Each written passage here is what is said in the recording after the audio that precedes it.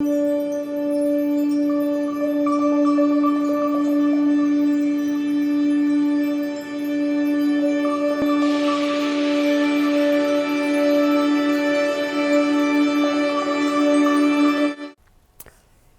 गुरु मंत्र में सभी मित्रों का हृदय से स्वागत है। इस राष्ट्र का नागरिक हूं, भारतीय सनातन संस्कृति से प्यार करता हूं और सनातन संस्कृति की अद्भुत धरोहर है ज्योतिष, जो आपके सामने लेके आता हूं। मेरे मित्रों और मेरे साथियों, दाती महाराज का हमेशा निवेदन ये रहा है कि यह अलौकिक विधा है। यत ब्रह्मांडी तत्पिंडे, पिंड और ब्रह्मांड का तारतम्य साधनाओं से होता है।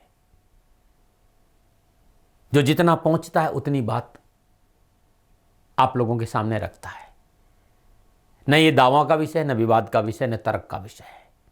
मैं आप लोगों के सामने दावे करने नहीं आया हूं, अपने हृदय के भाव, सनातन संस्कृति के प्रति मेरा प्रेम और मेरा अनुभव शेयर करना आया हूं। मानना और नहीं मानना ये दोनों आप पर निर्भर है। और मैंने हमेशा आप लोगों से कहा है कि मैं प्रजापिता ब्रह्मा नहीं और हथेली में सरसों मैं उगाता नहीं और मैं दावे नहीं करता। सेकंड ओपिनियन का अधिकार आपका था, आपका है और आपका रहेगा। आज जो विषय आपके सामने है वो है 23 सितंबर 2020 प्रातः 8:30 के आसपास राहु और केतु अपनी राशि परिवर्तन करेंगे। राहु और केतु इस समय, राहु मिथुन राशि में है। विद्वानों के मत के अनुसार राहु मिथुन राशि में उच्च का होता है। कुछ विद्वानों का मत यह है कि राहु वृषभ राशि में उच्च का होता है। पिछले 50-55 सालों का अनुभव रहा है और यह अनुभव मेरा अपना है, मैं दावे नहीं करता हूं। मुझे लगता है कि मिथुन राशि में ही राहु उच्च का होता है और वृषभ राशि में राहु स्वराशि गोचर होता है। तो वृषभ राशि राहु की स्वराशि है और मिथुन राशि राहु की उच्च राशि है। केतु धनु से वृश्चिक में आएगा और राहु केतु का 12 राशियों पर क्या प्रभाव रहेगा ग्रह नक्षत्रों के हिसाब से, इस विषय पर चर्चा करना चाहता हूं। लेकिन उससे पहले आपको यह समझाना बहुत जरूरी है कि क्या है राहु केतु। बहुत अद्भुत, बहुत अलौकिक, बहुत ही रहस्यमय ग्रह हैं राहु और केतु। आपको कहीं भयभीत होने की जरूरत नहीं है। शनि सम राहु और कुंज सम केतु। शनि और राहु का प्रभाव एक सा है और मंगल और केतु का प्रभाव एक सा है। और मैंने आप लोगों से कहा है कि भयभीत नहीं होना चाहिए, भ्रमित नहीं होना चाहिए। भय और भ्रम मनुष्य के लिए समस्याओं का कारण रहा है। भय और भ्रम से बाहर आइए और जीवन के अनुभव के पास आइए। जीवन खुशियों से भरा रहेगा। स्वीकार करिए कि मानव जीवन पर ग्रहों का प्रभाव है और न ग्रह अच्छा देते न ग्रह बुरा देते। मानव के किए गए कर्मों के विपुल भंडार में से किस कर्म को कितना और किस प्रकार भुगतना है, यह भगवान शनि का काम है। और बाकी ग्रह आपके किए गए कर्मों का आंकलन करते। इसलिए कर्म सुधारो, कुकर्मों से बचो, माता पिता की सेवा, धर्मानुकूल आचरण, राष्ट्रीय प्रेम और सनातन संस्कृति को अपना के देखो। जीवन खुशियों से भरा रहेगा। राहु और केतु ये मानव चेतना के आसपास दोनों ग्रह ज्यादा रहता है। मनुष्य जीवन के सूक्ष्म बिंदुओं के बहुत ज्यादा निकट है राहु और केतु। इनका सीधा संबंध हमारी चेतना से है। और ये दोनों ग्रह अपना प्रभाव मानव पर बहुत अधिक डालते हैं। अध्ययन में यह भी मुझे समझ में आया कि दोनों ही आध्यात्मिक ग्रह हैं। साधना की ओर अग्रसर करते हैं, भीतर की गहराई में डूबने का अवसर देते हैं। इसलिए इन ग्रहों के बारे में अध्ययन और शोध की बहुत आवश्यकता है।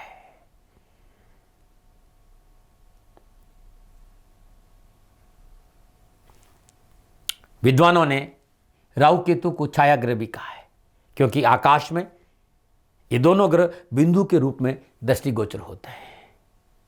जहां सूर्य और चंद्र पथ एक दूसरे से मिलते हैं, उस बिंदु विशेष को राहु केतु का छाया ग्रह कहा गया है। और छाया का अपना एक प्रभाव है। मनुष्य की छाया हमेशा मनुष्य के साथ रहती है। ऐसे ही राहु और केतु छाया रूप में हमेशा मनुष्य की चेतना के आसपास रहते हैं और इन्हें समझना बहुत जरूरी है। यह था विद्वानों का मत। और क्योंकि हमारी उपनिषद है, हमारे शास्त्रों में बहुत कुछ ऋषियों ने बहुत कुछ कहा है कहानी और कथा के रूप में, क्योंकि जो मुझे मिला है वो ऋषियों का प्रसाद है और मैंने जो अनुभव किया वो आपके सामने मैं जरूर रखूंगा, क्योंकि ये दोनों ग्रह जातक के आंतरिक स्वभाव का पता चलाते हैं और इसको समझ लिया जाए तो मनुष्य अपने जीवन को गतिमान करने में सहज हो जाता है। इन ग्रहों को थोड़ा सा और गहराई से समझ लें तो अपने जीवन में आने वाली कठिनाइयों का पूर्व अनुमान लगाकर हम अपनी समस्याओं का निजात पा सकते हैं, क्योंकि राहु और केतु त्वरित फल देते हैं, अचानक फल देते हैं।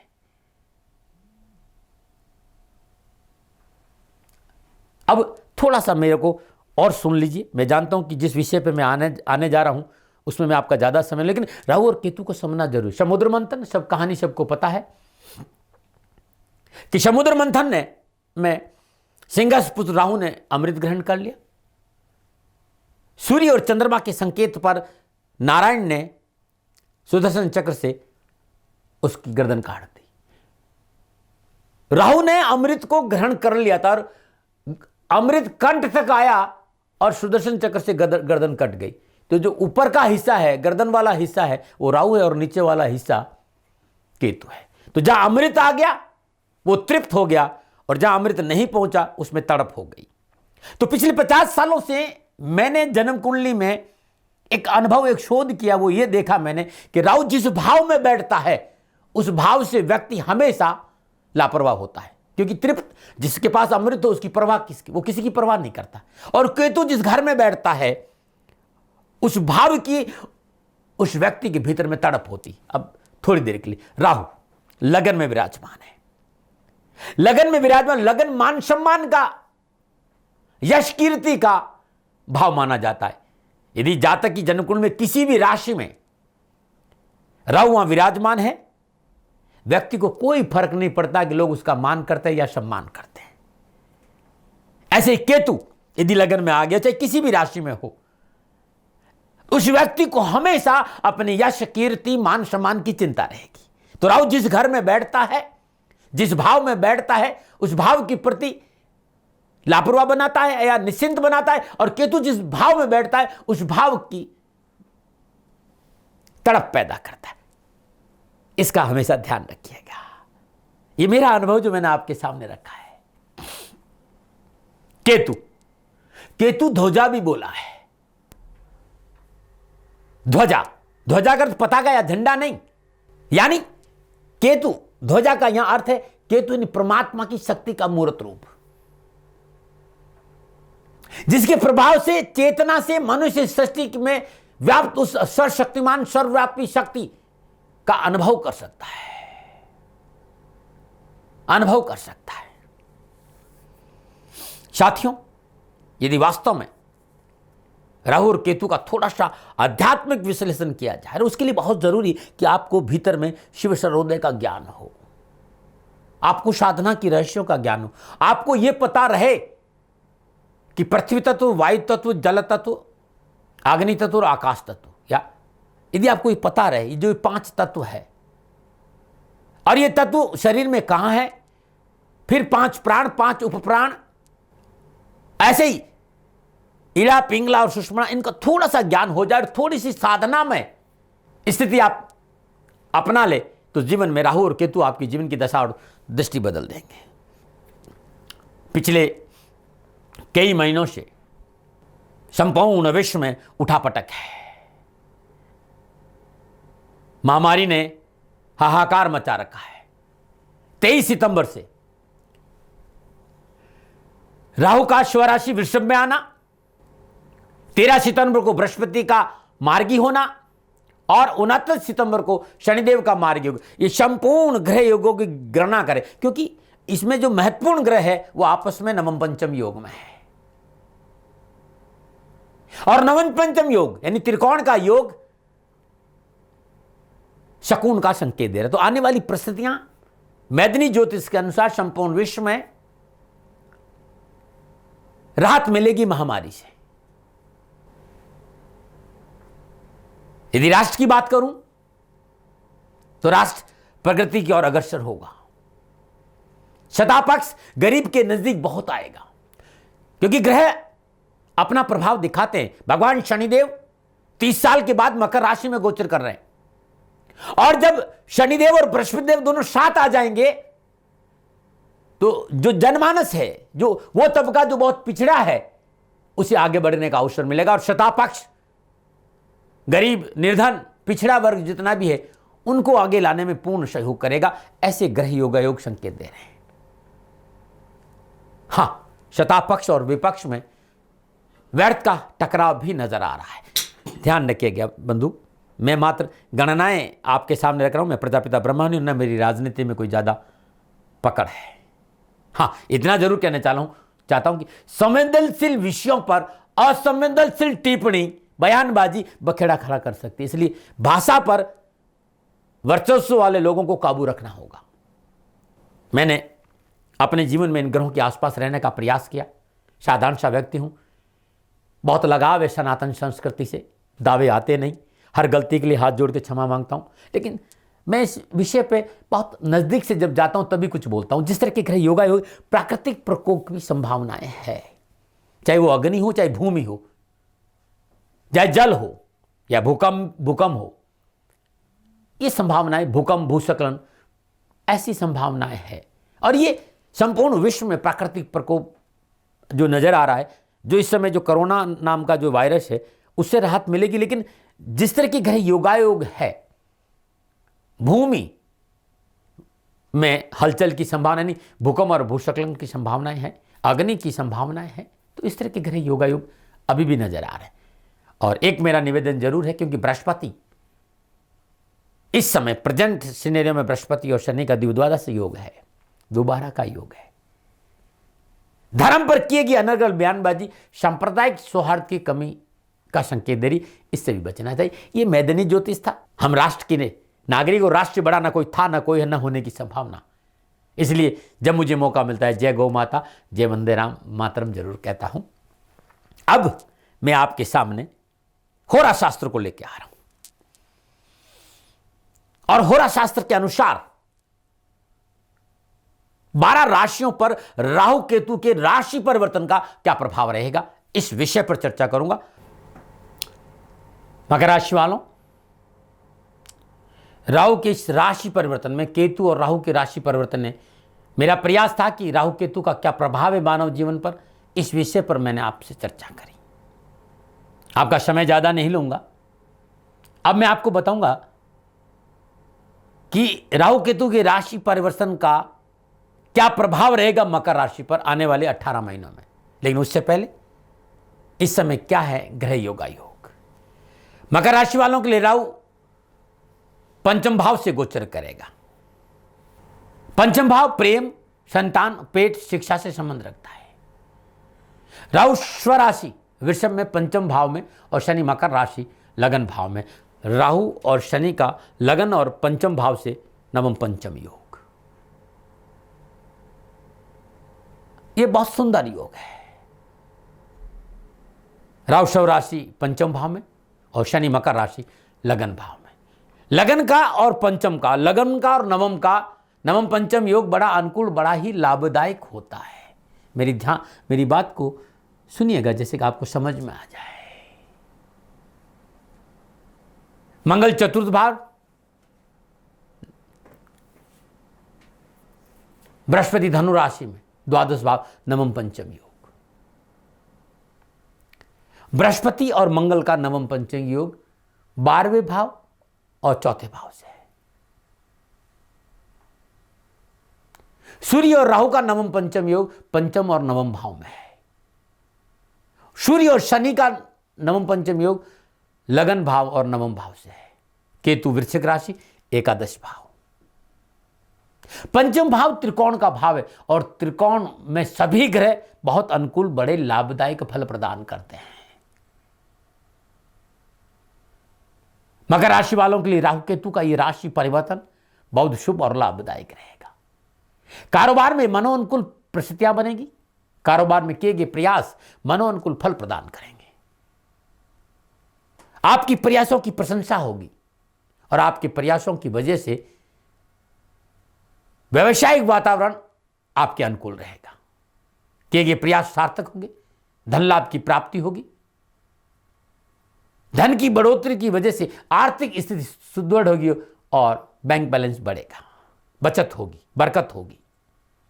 नए व्यवसाय में बढ़ोतरी होगी। पिछले 2-2.5 साल से जिस कुंठा में आप जी रहे थे, उस कुंठा से आपको मुक्ति मिलेगी। धन का आगमन होगा।